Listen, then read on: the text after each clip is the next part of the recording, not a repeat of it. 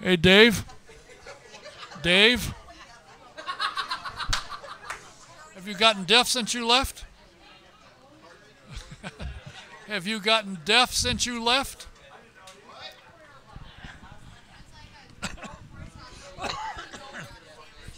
Did your tenant leave, Dave? Did she leave before you got there? Did she clean up before she left? Okay.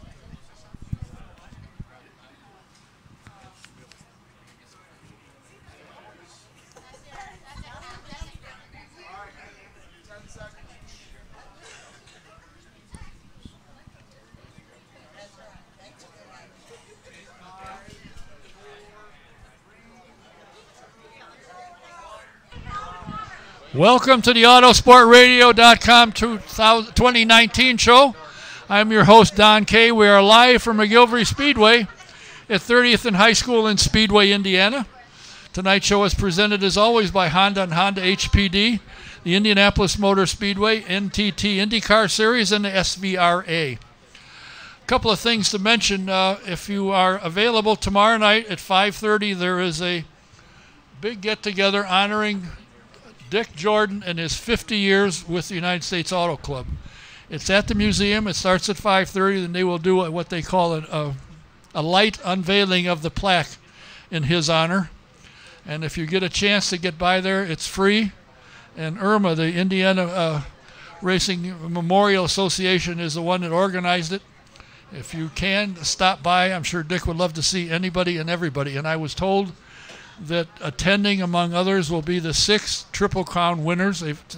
He's been trying to get them all together at one time, and it's going to happen tomorrow. Also, Ryan Newman will be there, and a number of other dignitaries, so if you get a chance, stop by. How'd you like the Barber race? Were you happy with the winner? Okay. Good guy. It was a good race. I thought it was a good race. I'm not a big road race fan, but I thought it was a pretty decent race.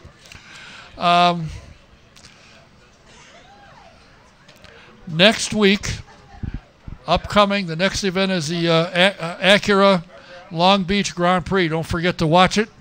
If you don't have NBC Gold, you can't watch the telecast, but you can go to racecontrol.indycar.com and you can listen to Mark Janes and Anders Krohn and get the live timing and scoring.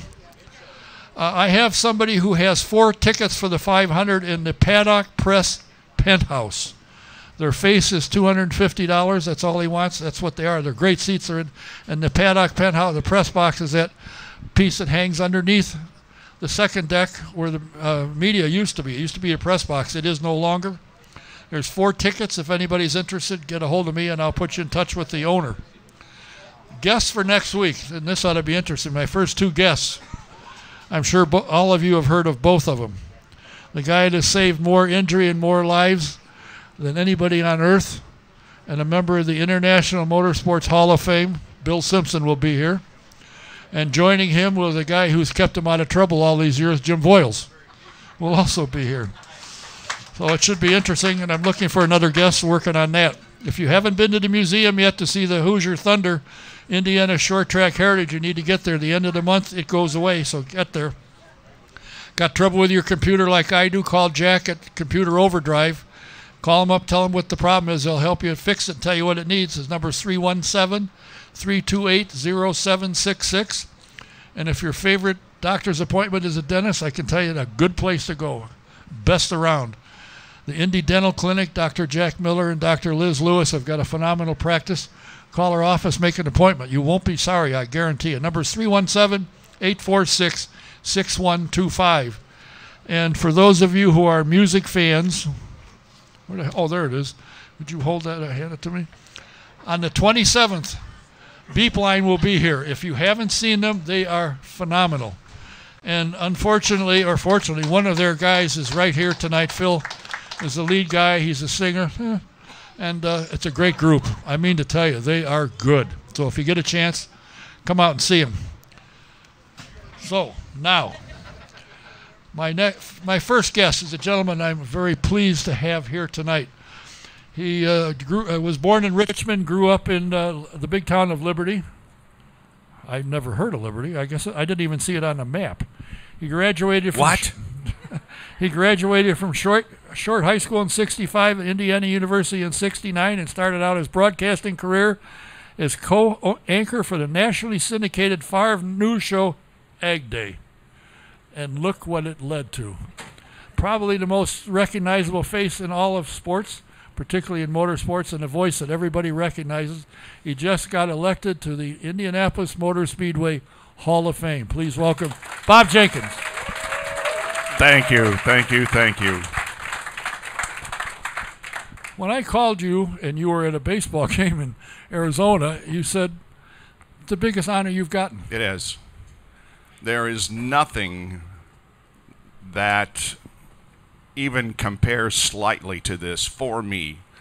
I know actors win their Oscars and Emmys and singers earn their Grammys, but for me, there is nothing bigger than this, and I will never want anything bigger than this except for health and happiness to all my friends, because this is the ultimate achievement for me, and I'm so grateful that the voting panel voted me in. And just as important are those of you sitting out here in this room and listening on radio and TV or whatever, because you fans have certainly been a big part of my career and the things that I do my announcing for.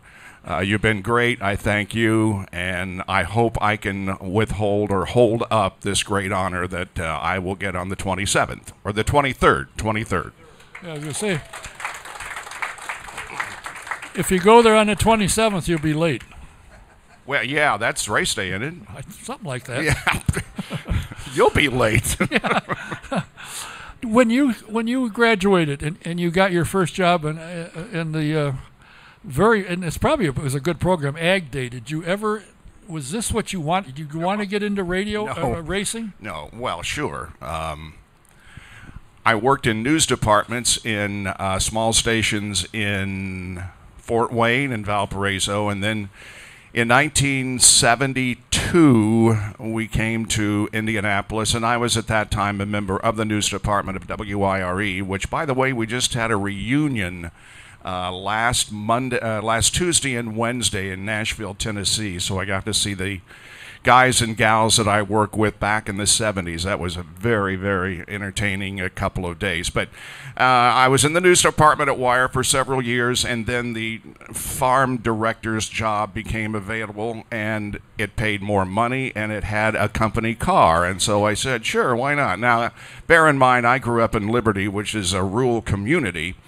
But I, except when I visited my cousin once a year, had never been on a farm. So I was new to the job, and it was okay. But, you know, I was still hoping to grab onto something that was auto racing related. And before I took over the farm director's job, Paul Page and I had become friends because he was in the news department at WIBC, and we would run into each other now and then, and he knew my love for auto racing, and so he was really the person who took me by the collar and put me, first of all, in 1978, we did, and nobody remembers this, I'm sure, but we did a thing called the USAC Radio Network, and we broadcast every USAC championship race back then. And he was the play-by-play, and I was the pit reporter. And so that was sort of an initiation into broadcasting of auto racing. And then later in 1979, the job became available at... Well, first of all, the Indianapolis Motor Speedway Radio Network I joined in 1979. And later in 79, Paul had gotten a job with NBC, and he and I guess the other people in NBC invited me to be the pit reporter on NBC. It was the very first kart race that was ever held in Phoenix, Arizona. And then I did what was called the Dogwood Classic, I think, at Martinsville, Virginia, and I didn't like that. And I guess it showed because they didn't ask me back. But then later in 79, this cable all sports network came online, and everybody was saying, well, first of all, if it's on cable, it isn't going to work. And secondly, if it's 24-hour sports, it certainly isn't going to work. But ESPN came along, and we started doing racing in 1979 at Salem, Indiana. And it just grew from there. I worked for ESPN for 24 years and took a couple of years off, and then NBC SN came along. So that's my history in a nutshell. Take it or leave it, like it or not. Now, are you still on the PA in May? Oh, yeah. Oh, geez, I just love that job. It's... First of all, if I didn't have the job on the PA and it involves me working out there every day, I would be out there anyway, because come May, I don't want to be anyplace else but the Indianapolis Motor Speedway. I don't care what's going on. But, yeah, I help Dave Calabro and a host of others, and I just have a great time. I look forward to every day. You know, I don't do anything, for the most part, the 11 months out of the year except the Brickyard weekend, and so it's kind of strenuous on me. But on the other hand, it's very enjoyable. I love going out there every day, and can't wait for it to happen again. You know, I've known you for a good many years, and I come to find out there's a young man that I met when I lived down in Florida by the name of Sport Allen. And he and I were sitting, I think we were at East Bay, or I can't remember where he was running. We're talking, and he said, I bet I know somebody you might know. I said, probably not, but take a shot. He said, you know Bob Jenkins? I said, yeah. How do you know him? You're down here running around in the dirt. How did you meet Sport? Now, Sport's still running. I saw he was third in points last year down there somewhere. Well, if I recall, and...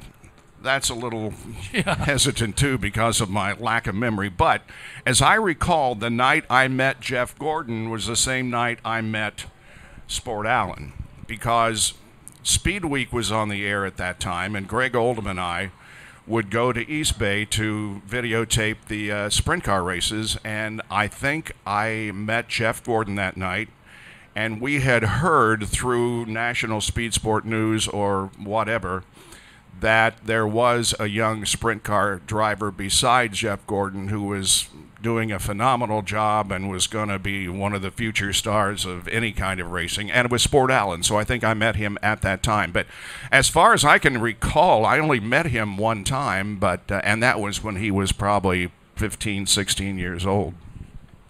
Well, he remember when I was talking to him, and it was in the, I forget, it must have been the early mid-'80s when I met him. It was like he met you yesterday. Yeah. What's the most exciting race you've called? Now, you've been in NASCAR, obviously. Did IndyCar. Yeah. Yeah, you did a little NASCAR. Hard to remember, isn't it? It's easy to forget. But what were some of the best races you can remember? Now, you and I talked, and we talked one night, and I said, you got to write a book, and you said the same thing I do. Hell, I can't remember. Yeah. If somebody says, do you remember that? Yeah, but if they hadn't said that, I wouldn't think of it. Well, all I can say is I'm glad I didn't have to fight the traffic out of Bristol last Sunday afternoon. It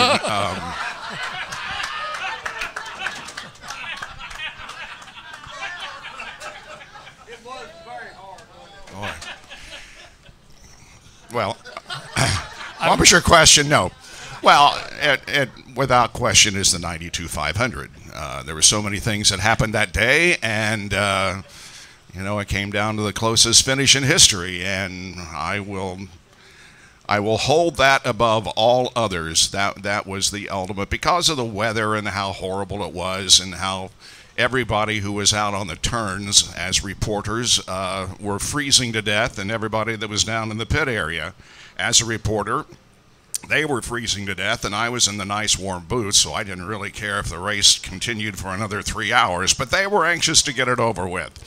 And then, of course, Michael had mechanical problems, and Goodyear and Unser battled for the checkered flag, and that, above all races that I've ever done, is the best I've ever done. Now, the one NASCAR race that I do remember was also in 1992. And that was the final race at Atlanta, in which there were 5 drivers going for the championship, and was also the last race for Richard Petty and the first race for Jeff Gordon. So that held some significance.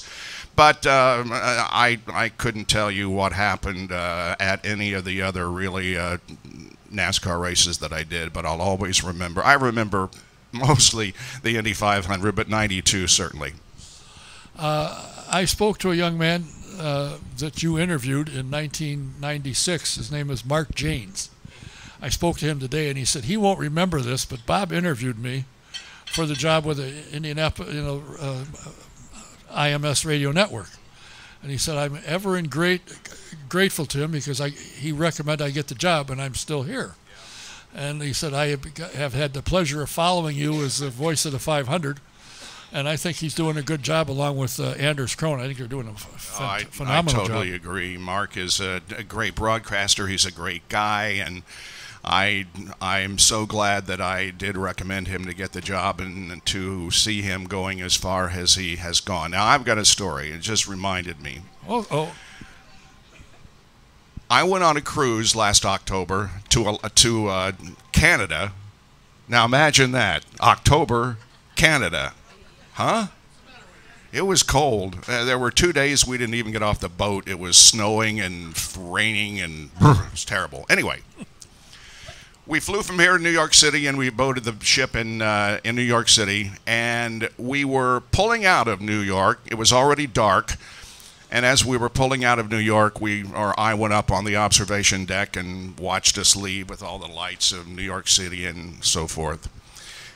And people ask me, now, do you still get recognized? And I say, not nearly as much because I've been retired since 2012. But this voice from my right says, Bob? And I'm thinking, who in the world is this? Well, you'll never guess. Never guess. Do you remember a driver named Michael Chandler? Yes. Yeah. It was Michael Chandler. Really?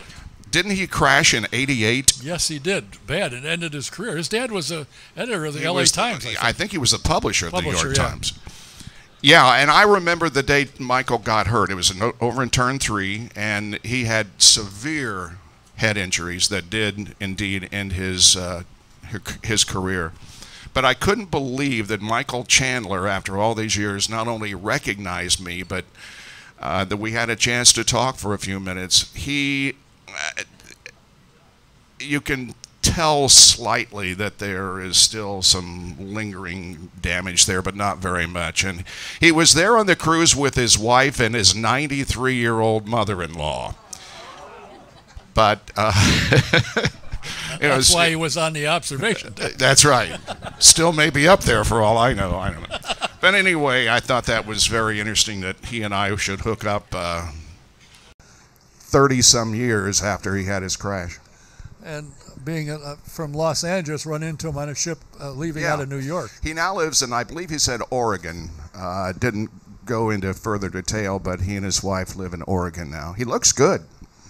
Have you found that, for say, IndyCar drivers or when you were in the NASCAR, that I find that the IndyCar drivers by far are easier to approach. They're easier to talk to. You ask them a question. Unless it's the mayor of Hinchtown, you get a straight answer. From him, you don't usually get one. But, they seem to be such easy guys to get along with, and they understand that without fans in the stands, they're out of a job. That's exactly right, and that's why I think the change has come to IndyCar, because they realize that their relationship with the fans is so great, and they need to be nice to fans, to sign autographs as often as possible, to have pictures taken.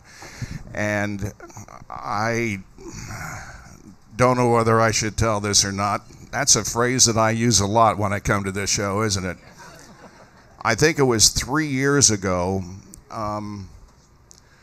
We like to include everything that's going on the PA, and I think the track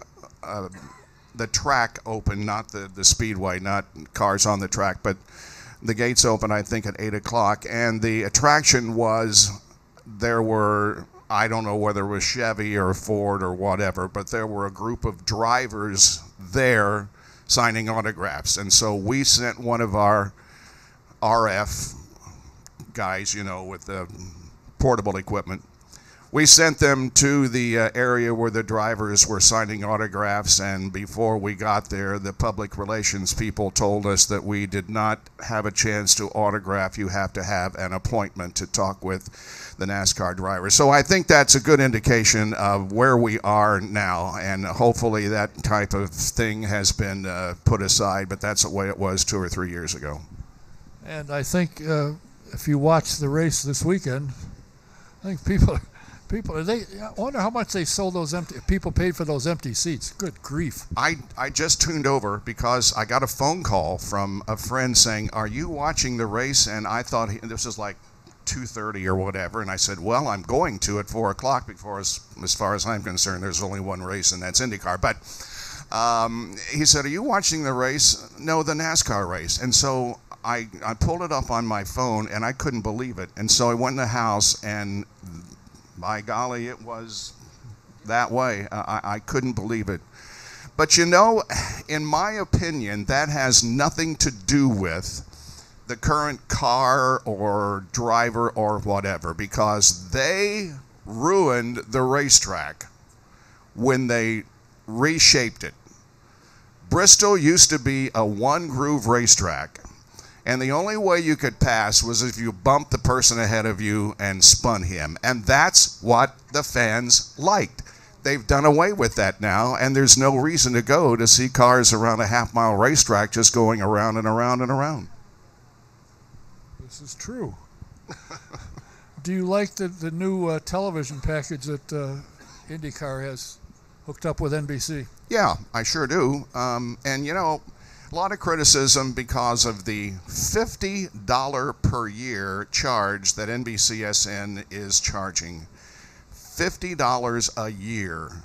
You can watch everything that isn't qualifying or the race by buying NBC Gold. And that includes everything at the Speedway.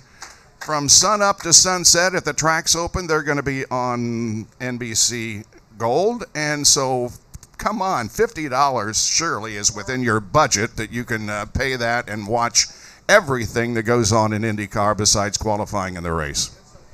Well, what I did was I bought it. I had to get a second mortgage on the house, but I bought it. And but what I miss is listening to Mark and Anders. I mean, the broadcasters are fine. I thought the best interview that Paul Tracy did was when he talked to Al Jr. And they were talking about how he's helping Colton and what he's doing. And Paul says, "When you and I were teammates at Penske, you didn't tell me any of this stuff." And he said, "Of course not. I was racing against you. Why would I?" I thought that was the best part of that interview. You started out wanting to get into sports of some sort. You headed when you got a chance. You wanted to do racing. What attracted you to racing? Did you drive? I can't specifically tell you. All I can tell you is that my brother, who was 6 years older than I, he used to talk about the Indianapolis 500. And, you know, we were close to it, and I thought, well, yeah, that's something I might want to get interested in. And so I started trying to learn as much about IndyCar racing and the Indianapolis 500 as possible.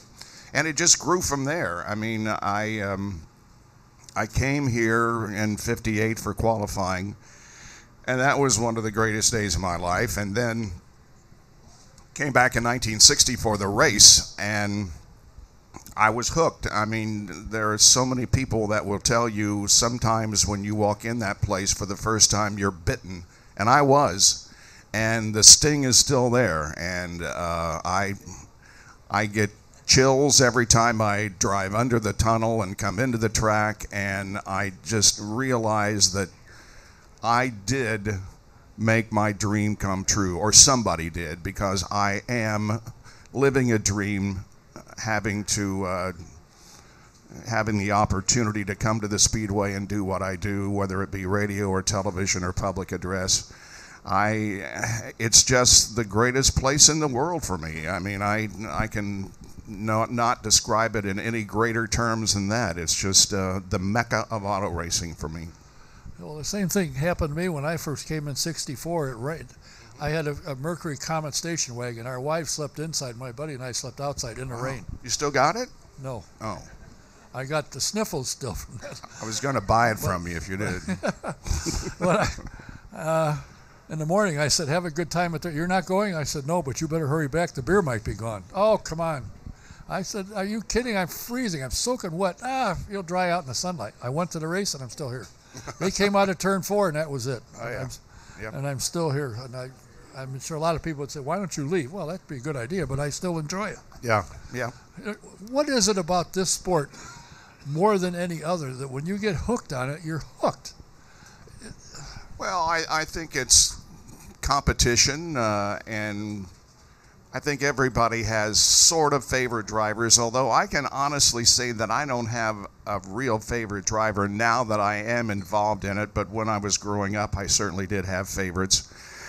And it's the competition, it's seeing the mistakes, it's seeing the trouble that teams and drivers have, and then it's seeing the guy who can survive. And my friend Brent Durbin and I were talking about this the other day. How Alexander Rossi won the 100th running of the 500 is still a puzzle. The way he ran those final laps and made the fuel last, that was a story, and that's some of the things that can happen during the race that you will never forget. So it's all of those things, but more than anything else, it is the Speedway itself, and I don't know how to describe the feeling that I get and a lot of people get when they come in here, but it's just an incredible place. That's all you can say. I get the same thing. I drive by it and I get a chill. Yeah. And get to go in it and be able to move around and talk to people. It just astounds me that I'm still here. Yep. And they let me in. I don't understand that one, but I'm not going to argue. As long as they do. I've always liked sprint car racing. In fact, that's something that my dad and brother and I would go to a lot, especially Eldora. We weren't very far from Eldora. And every time the USAC sprint cars were there, we would go. And so I really learned to love racing, per se, in sprint car racing. Didn't care so much for the high bank paved tracks because it scared me, and it still does. But I like all kinds of racing, I really do. And, you know, I did drag racing for a while. I did off-road race. I've done just about every kind of racing there is, at least in the early days of ESPN, when I was the only announcer that could handle motorsports. But yeah, the 500 is the best. You know, yes, I think everybody agrees. You know, it's amazing how people, like you said, they recognize it. Maybe not quite as much as they used to, but I've been in a room where you've talked to people. Bob Jenkins is here. They recognize the voice. And something I found interesting over the years, if you're broadcasting racing and don't understand it, it doesn't take fans long to figure that one out. They're all over you like a cheap suit. Well, and that's something that I have never gotten used to is the following, I guess. I just have been doing my job since '79. I forgot to tell you one aspect. When I started working at Wire Radio in the news department, maybe some of you will remember Doug Zink, who was on the Indianapolis Motor Speedway Radio Network for many years. He was a salesman at Wire Radio, and he went to the general manager, and the manager was at the reunion that I talked about, and asked if he could sell a package that would send me to all IndyCar races, all championship races, and he did. So that really was the first reporting that I did, and I went to all of them. I went to California, Trenton, Texas World Speedway, and Canada. You know, a lot of different racetracks. And why the general manager? Because I'm sure he didn't make any money on the advertising package that Doug Zink sold, but still, he agreed to it, and that really was the first time that I got exposed to reporting motorsports.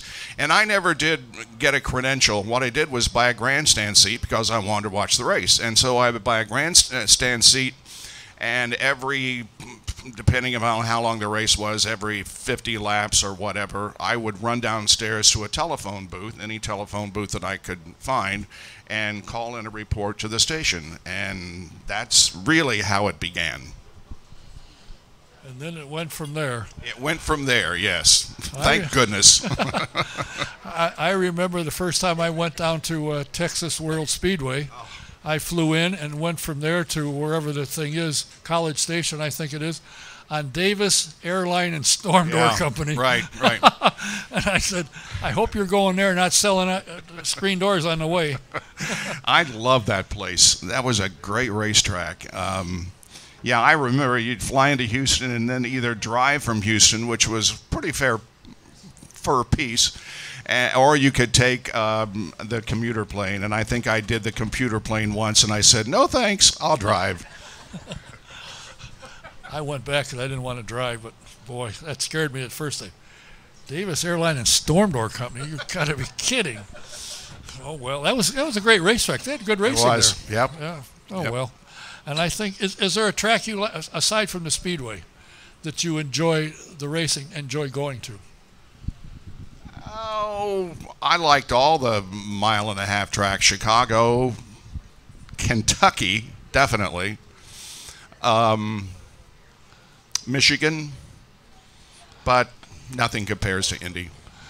Well, nothing ever will compare to it. I don't think I had Sharon's granddaughter came. She ran the mini marathon.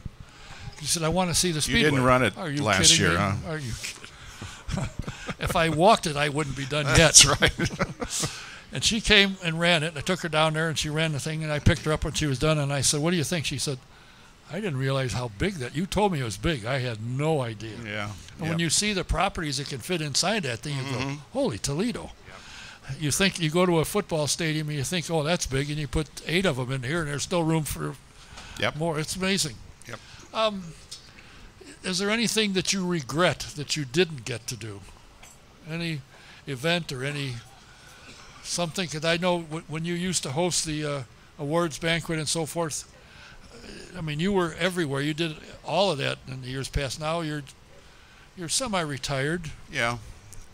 There really is only one major event that I've never been to, and at one time I thought, gee, it'd be great to go there, but I don't know about that anymore. It'll be Le Mans. But I was able to visit Hockenheim, Germany, and see the spot where Jimmy Clark was killed, and that was just last weekend, wasn't it?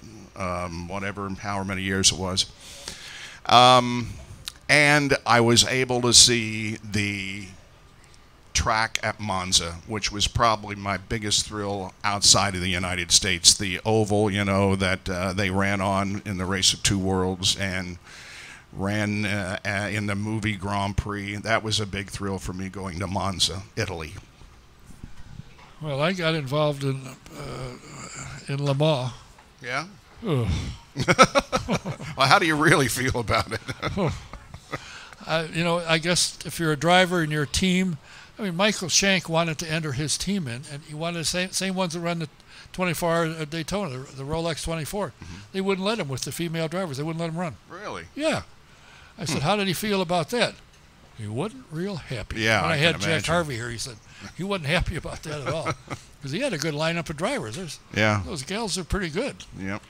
Oh well, it's amazing what happens. You go into retirement. Did you sell or just close down your mulching business?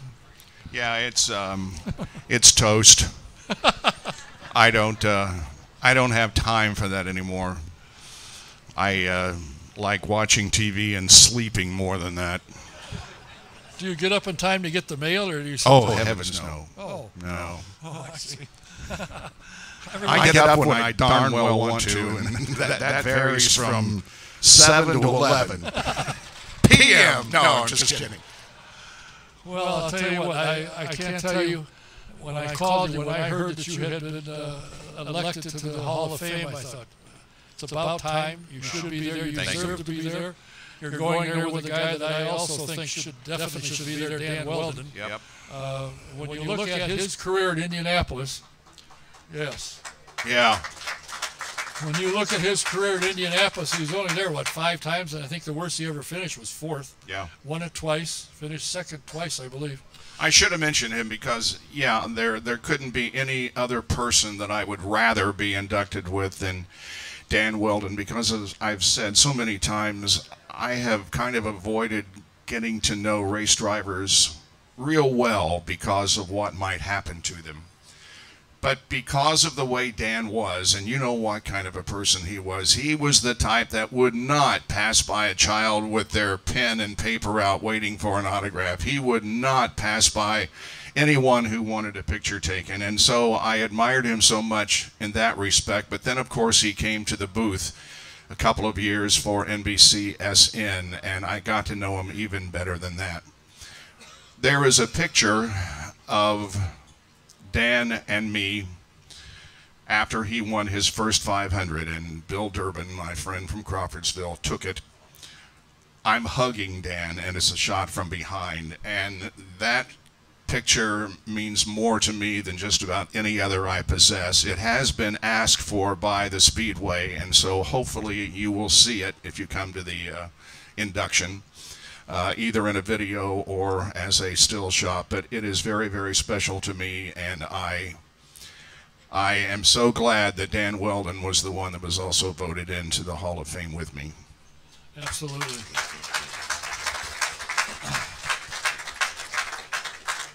I met him when he came to do his first test at the Speedway. I think I was here the first time he was here. If I recall, we were on the same card. I was listening to him talk. I'm standing on the pit while listening. I thought, this kid gets it. Yeah. He understands what he's doing. So I invited him on the program. He said, sure. First interview he did in town. Yep. And when I announced that he was coming, people said, who in the world is Dan Weldon? I said, you just wait. You wait. And, of course, for once in my life, I was right.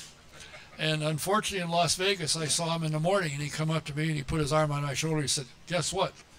Oh, you just had breakfast. No. I just signed a contract with Andre. I'll be back all year next year. I said, great, good news, yippee, and shook his hand. Of course, that's the last time I saw him. Yeah, I'm glad I wasn't there that day. I cried enough at home alone. Well, Mark and I were up in turn 3. We saw what happened, but didn't know who it was because they were coming at us. And we heard about it. Both of us almost fell out of the grandstand. It's too bad. But the Dan Weldon Pro-Am karting event is resurrected. It will be held this, I think, May the 5th or something, out at Mark Dismore's Castleton place. What the heck's it called? Newcastle Motorsports. And with any luck, Susie will be here prior to that, I hope. So we're going to talk to her. But, you know, it's been a thrill and an honor for me to be able to say I can call you. I don't very often. I'll text you. Yeah, call me anytime. I'm not doing sure. Anything. Yeah. Wake you up at 11 o'clock. That'd be nice. Well, if I'm up by then, yeah. But I am very pleased that you took the time to come here tonight. And I, once again, along with everybody else, are thrilled to see you inducted into the Indianapolis Motor Speedway Hall of Fame. Thank you. Great to be. Let me give these guys a plug. I have never seen them live, but I have seen them on YouTube, and I know Phil real well, and I know his talent, and so I would highly recommend this show on April 27th at 9 o'clock. Are you kidding me? I didn't see that. Whew.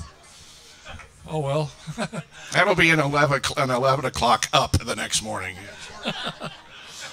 And I've said before, and I've sent out announcements, everywhere they've gone, they fill the house. They are that good. My kind of music.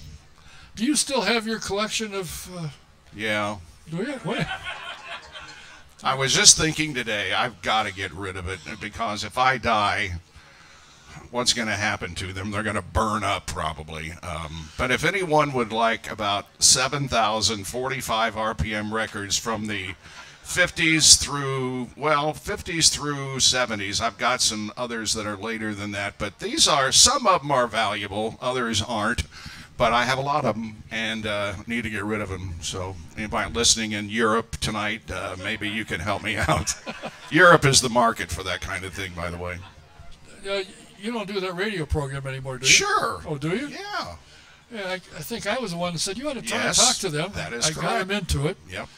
And where is it? When is it? And where can we find It's it? at 4 o'clock on Sunday afternoon on WYZR in Brownsburg. WYZR, which is it's a low-power FM station. You probably can't get it in your car, but you definitely can online. And if you go to WYZR, you will find the necessary buttons to push. 4 o'clock on Sunday afternoon. It's the 50s, 60s, and now we've included the 70s too.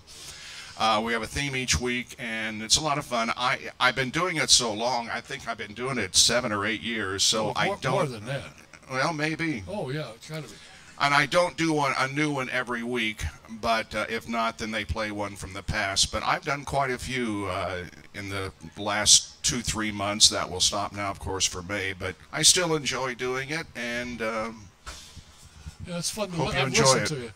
Yeah, because that's the music I understand. yeah. You know, some of Yeah. these guys, we got so-and-so coming to Speedway. Who the hell is that? Yeah, I right, have no right. idea. But my friend here, Andy, he does. He says, oh, yeah, they're good. Okay, I'll take your word for it. I appreciate your time for thank coming you. here. And I hope you don't sleep until noon tomorrow, that this hasn't stranded you out at all. Well, I think I can make it home by 9, so Okay. yeah, we're good. Okay, you'll be all right. Well, get rested up. The 27th, you got to be here. Okay, And watch Phil and his gang. Yes. I'm telling you, they are good. the beep line. Yeah, beep line. Thanks for being here. Bob Thank you. Jenkins. Thanks, everybody.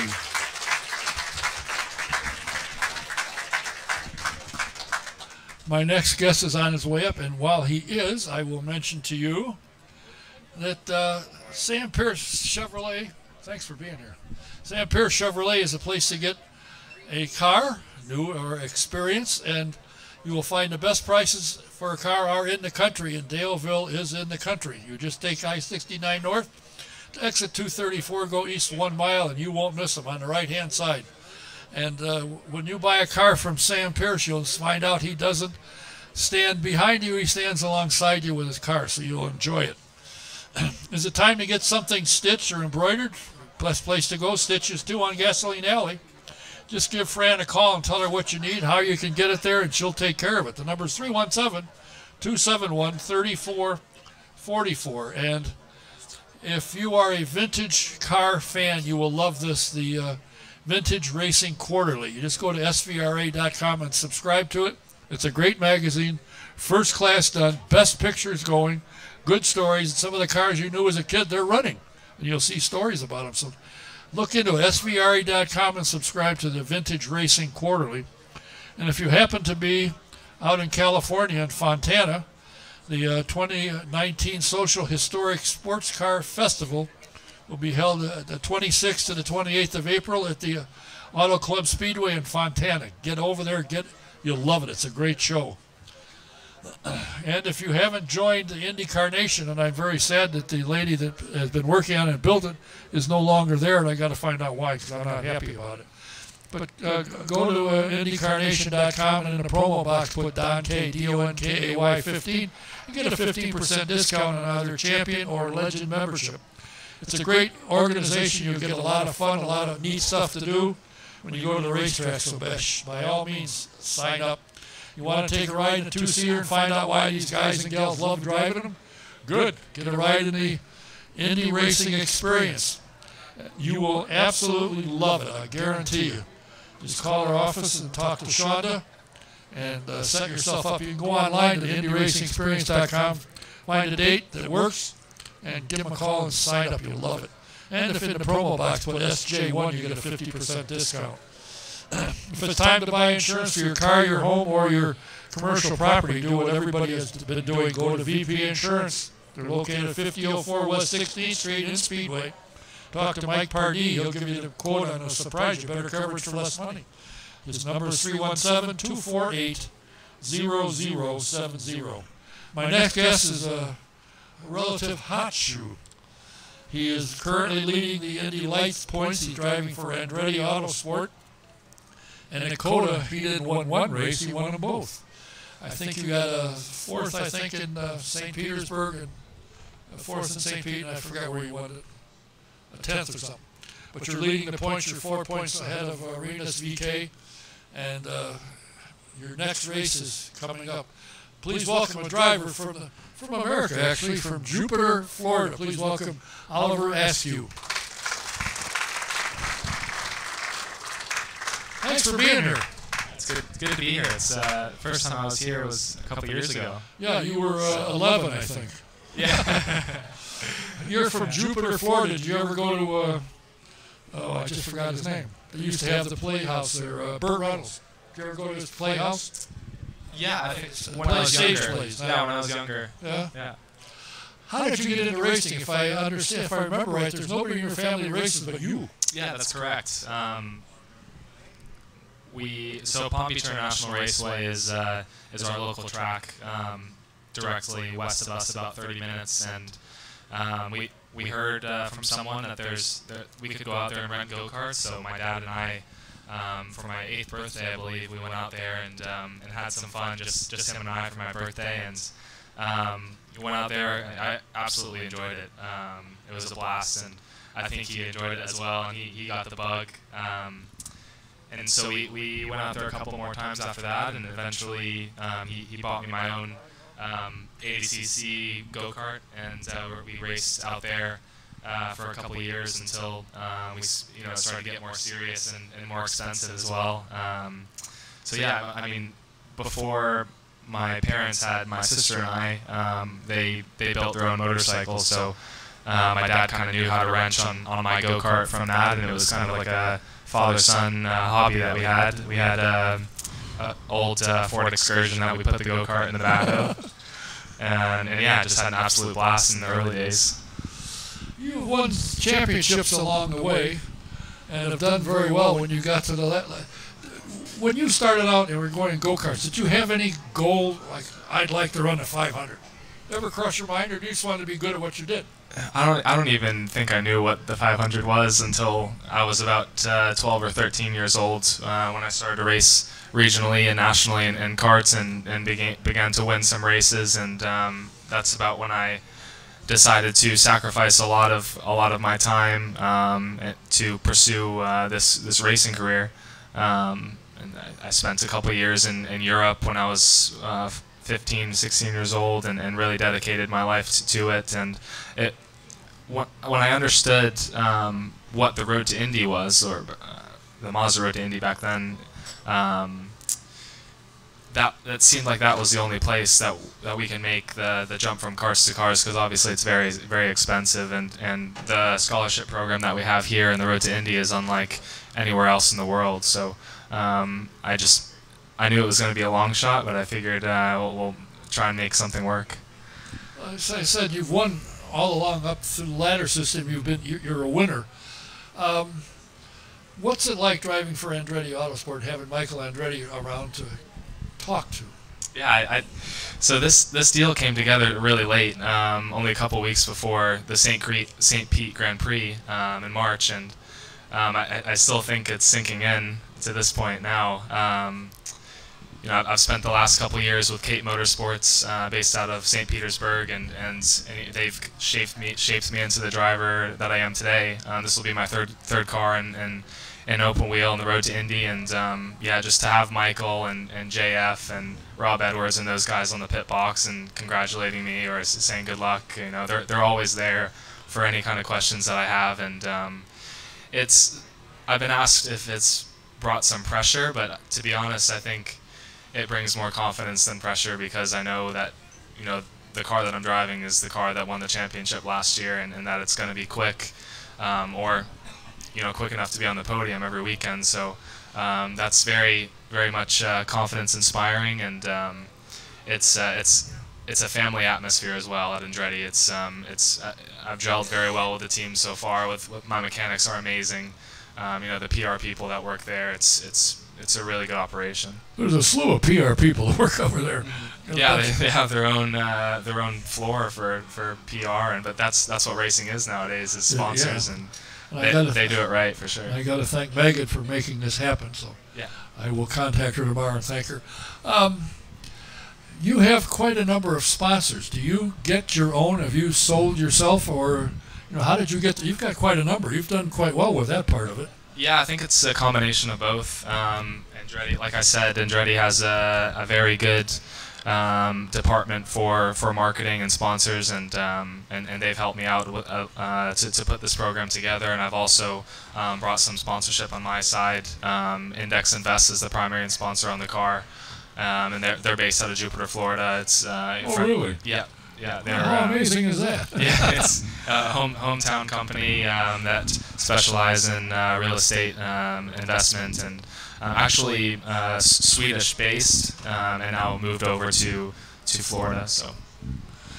Have you found it difficult to come up with the funding you need to run? Because it's not cheap. It's not that expensive, particularly. I think it's around $1 million for an Indy Lights program. But have you found it difficult to find the money to run?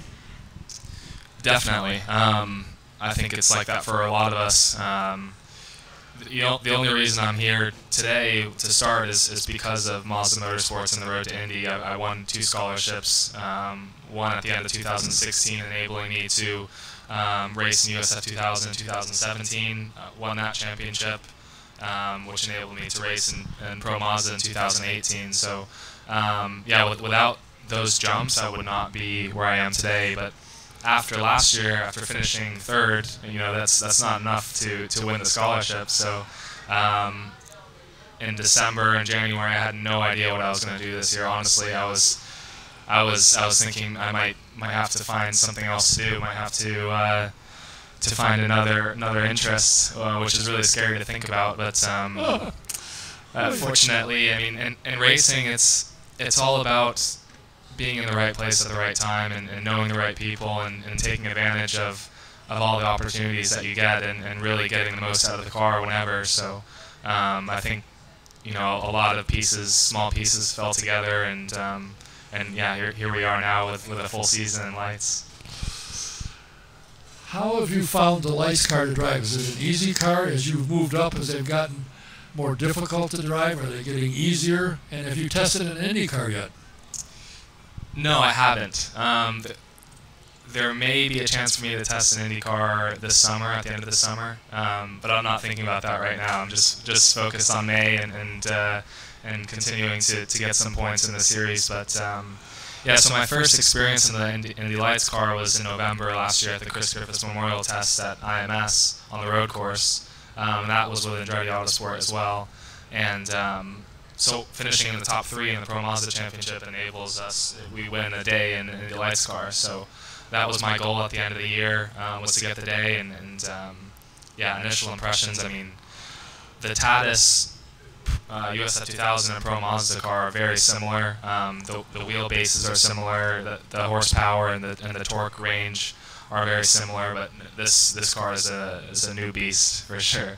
I mean, the braking capability, the downforce it has, the power. I mean, it has 450 horsepower. It weighs 1,200 pounds with a 50 horsepower extra push to pass in race mode. So, yeah, I spun out my second lap, but then I got, just like anything else, you get the hang of it, and it feels like home again. So, yeah. I know that the Mazda Road to Indy and Dan Anderson are not happy with the number of cars that are in the lights, but when you watch the race, you don't have to wait 5 or 10 seconds for the cars to catch up. They're all in a bunch. It's a good group of drivers. They're all competitive, and it makes interesting racing. The only problem is once the whole group goes by, you got to wait a minute or two for them to come back around because they're not scattered out. They're all pretty much together. Yeah, you're exactly right. I think all of us in Indy Lights right now are talented enough to race IndyCar next year. It's an extremely good group of drivers, and we might only have 10, but we're all within 8/10 and sometimes even less than that on certain tracks and qualifying. So it's very tight.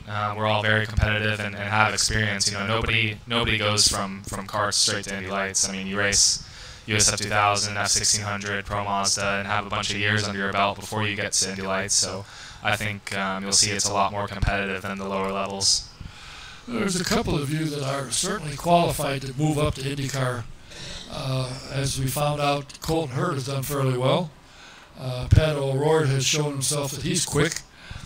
When your opportunity comes, are there seats available? Are any of these old geezers going to get out? Is there any seats available for you?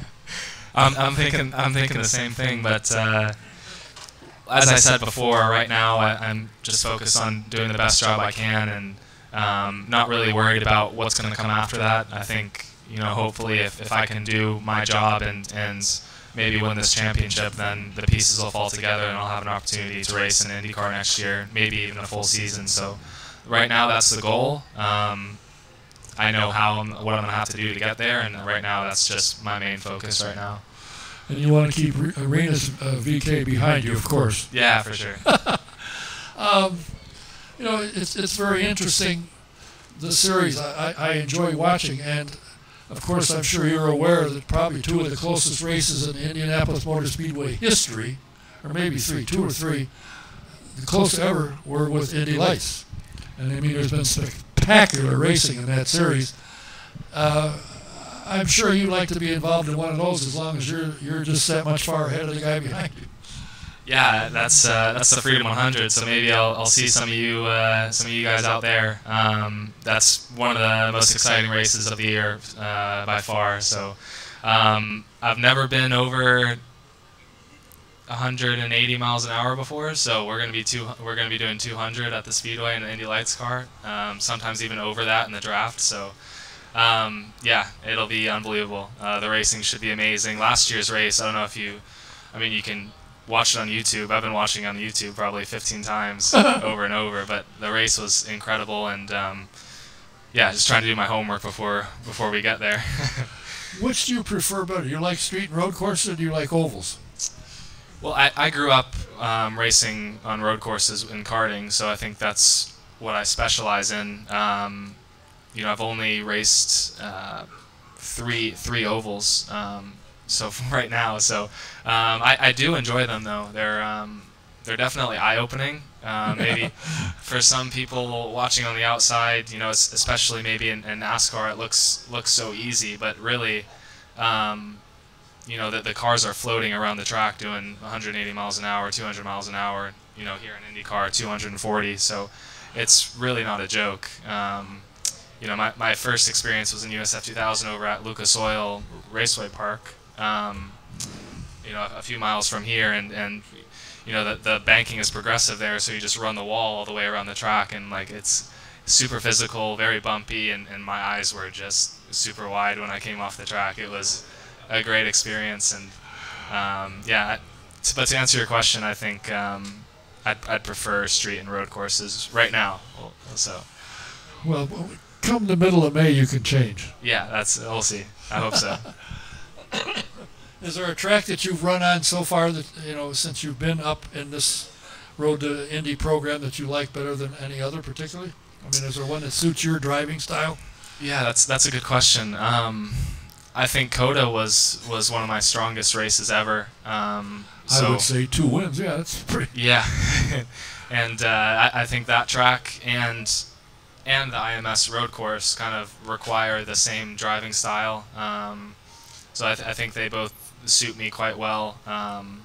So I'm looking forward to carrying that momentum into our next race, which is the Indy GP early in May. So probably, Coda, IMS. I like Laguna Seca. That'll be our last stop this year. I'm looking forward to going back there. Yeah, I mean, there's not really any tracks on the calendar right now that kind of stand out as a track that I'm not looking forward to. So, do you work out? I do, yeah. Since you've been off for the last month and a half, or whatever it is, it seems like it's been forever. Do you go to the gym every day? Yeah, so that's the main reason I'm here. I mean, I'm based in Jupiter, Florida, but I'm looking to spend most of the summer here. I'm training with Jim Leo at PitFit. Oh, yeah. Jim was here about 3 or 4 weeks ago. Oh, really? Yeah, awesome guy. And it's cool because he specializes in training drivers. I mean, he's been doing it for what, over 10, 15 years now. And he's seen it all, and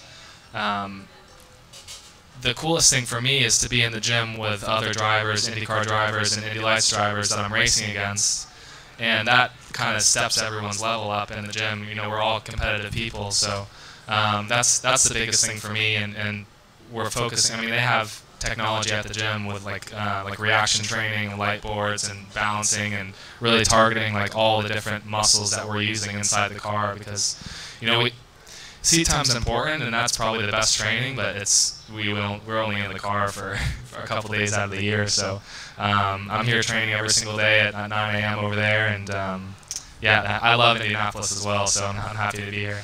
Have you noticed, if you looked around Jim's place and all the records for various things, and at the top of most every one of them is Scott Dixon. Yeah. And you notice when you see him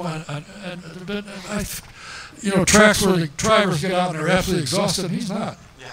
He's in good shape, so I anticipate that will be the same thing we'll see of you. When you get out of the car, you'll be ready to go again. Well, I think we all want to be like Scott Dixon, so that's yeah. I mean, I just need to copy what he's doing, right? And then we should be all right. Well, I know Jim moved to a new facility.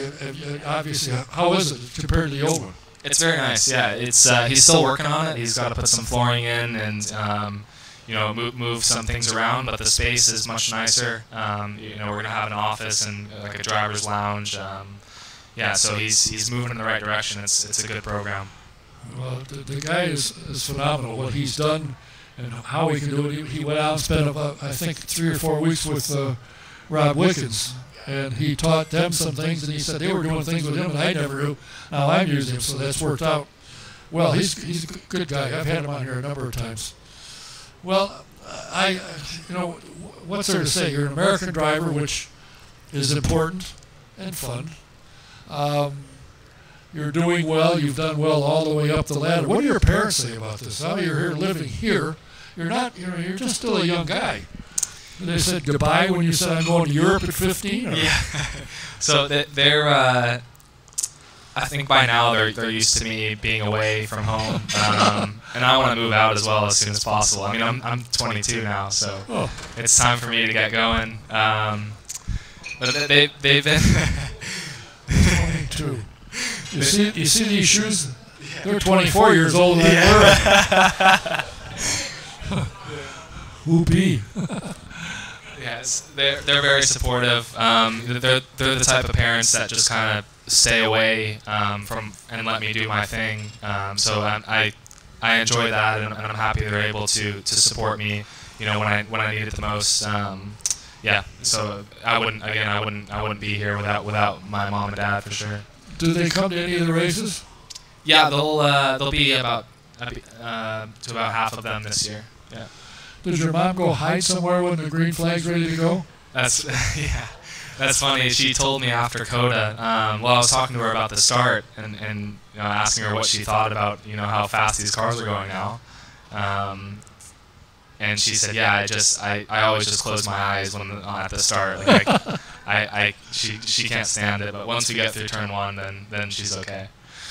Yeah, it's amazing. The parents they're all supportive, but once you get strapped in the car and you come around, the green flag comes out, a lot of them go and hide. Yeah. That's kind of funny. Do you have brothers and sisters? I have a sister. Yeah, 2 years younger.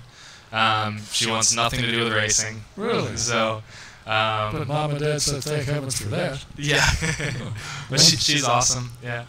That's good. Well, does she think you're pretty cool what you're doing? I think so. Yeah. Yeah. She's going to college, Palm Beach State right now. Yeah. She's not sure what she's an artist. She's trying to find a way to kind of turn that into a career. But again, she wants nothing to do with my racing. I don't remember the last time she was at one of my races, but that's cool. That's all right. You don't need her anyway. Heck with it. Now how did you go from Cape Racing to Andretti? How did that move come about? So Cape Motorsports doesn't have an IndyLights team. That's probably one reason. Yeah, that's the main reason. See, Bill, how quick I was on that one, huh? I didn't realize they didn't have. No, but they do have a great relationship with the team. They've worked together in the past with they had a technical relationship back in I want to say 2014, 2015 in Pro Mazda. They helped them with their or Cape Motorsports helped start the Andretti, if I remember correctly, the Andretti Pro Mazda team. And they kind of introduced me to JF, and I had a meeting with him for the first time at Mid-Ohio last year. So, you know, they're very supportive of what I'm doing, and they're always, you know, they're always staying in touch with me and asking how it's going. So, you gotta admit that, you know, Michael Andretti, you think, all right, he's a team owner. He's more than a team owner. He's got, what, 5 teams or something that race around the world. He's got a Formula E team. He's got Rallycross. He's got, you know, the IndyLights program. He's got all kinds of cars. And it used to be, I don't know if it still is, but he used to be the first one in the office in the morning and the last one to leave. Is he still that way? You get there and you go, oh, hello. I'm not the first one in there in the morning, but I go to the gym in the morning, and then the shop is on the way back from the gym. So I don't know. I just got here a week ago, so maybe I think he's been pretty busy. I would say probably is. Well, I'll tell you what. With that team, if you can't hang around and learn something from the drivers he got in the IndyCar series, he's got some of the best. And of course, I expect that you will be at the top of the podium a number of times this year with luck, and it takes luck that you don't have an accident, somebody doesn't hit you and so forth. You could be taking your $1 million scholarship and getting at least 3 races next year. Yeah, sure. That's the goal. You know, you just got to keep your head down and leave no stone unturned. I'm up here, you know, at the shop as much as I can and looking over all the data as much as I can. I mean, I'm still on a steep learning curve. So yeah, just trying to attack every area, you know, of driving the car and the setup that I can. So, and to your other point, I'm going to be in Long Beach this weekend. We leave on Thursday to, you know, just to be around the IndyCar drivers and see, you know, see if there's anything that I can take from what they're doing. You know, I was on Ryan Hunter-Reay's stand with a headset at COTA at the test in February, I believe it was, and you know, they plug in that intercom when they pull into the pits, so nobody from other teams can scan their radios. So right. I've never, you know, it's very rare for someone to really hear the technical feedback of the driver to the engineer, because they have that private intercom thing they plug in the car. So it was really awesome to hear what he was saying, and they were struggling at the time, so it and ended the session in the top 5. So it was really cool to see that progression, and you know, I really look up to those guys, and hopefully can emulate them in the future. Do you and your engineer get along? Yeah, for sure. Yeah, yeah, and that's really important. Did he come with you, or was he with Andretti anyway? No, he's been with Andretti. He's won. His name's Doug Zister. He's from Canada. He's won. Well, he worked with Colton Herta for the past 2 years, and he's won 3 IndyLights championships. He worked with Joseph Newgarden also at Schmidt, I believe it was. And yeah, he's like me. He's very calm and laid back, and almost too calm, because I like someone to yell at me a little bit on the radio when I need it. So at the last race in COTA, he asked, before we went out, he asked me if I needed any more information. I said, yeah, you just got to yell at me, you know, because you know, sometimes I need a kick in the butt every now and then. Well, I've always found it interesting that, you know, if the driver and the engineer, when I worked for a race team, the owner was the engineer, and he'd measure the temperature of the tires. Then he talked to the driver to see what he was feeling, because he said you can tell everything from the tires. And as long as you two are on the same page, then fine, we can fix it. But when you find something in the tire and the driver tells you the car's going backwards, you go, uh-oh, got trouble. Yeah, you can actually tell a lot just by looking at the tires, and that's a technique that, you know, the old school guys, they'll use. You know, that, you know, they grew up not having much data on the car, so they just kind of looked at the tires when the car came in. You can see, you know, the kind of graining it has and where the wear is. I mean, that's what you're really tuning on the car, is just the contact of the tire and you know, how it rolls over, and the sidewall. It's really, really important to understand how the tires work and how you can get the most out of them. Well, you're doing well. Look to see you do well again, and at the end of the year, expect to see you on the top with the $1 million check and ready to go. Yeah, thank you very much. Yeah. Thanks for coming by, and everybody keep an eye on him. He won't be running again. He'll be up at the gym if you want to stop by and see him. Come over to the gym. Until the first week of May when they come to the Speedway, but that's where you'll find him.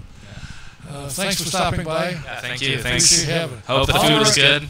Oliver Askew, watch him. He's coming. Thanks for being here. Appreciate it.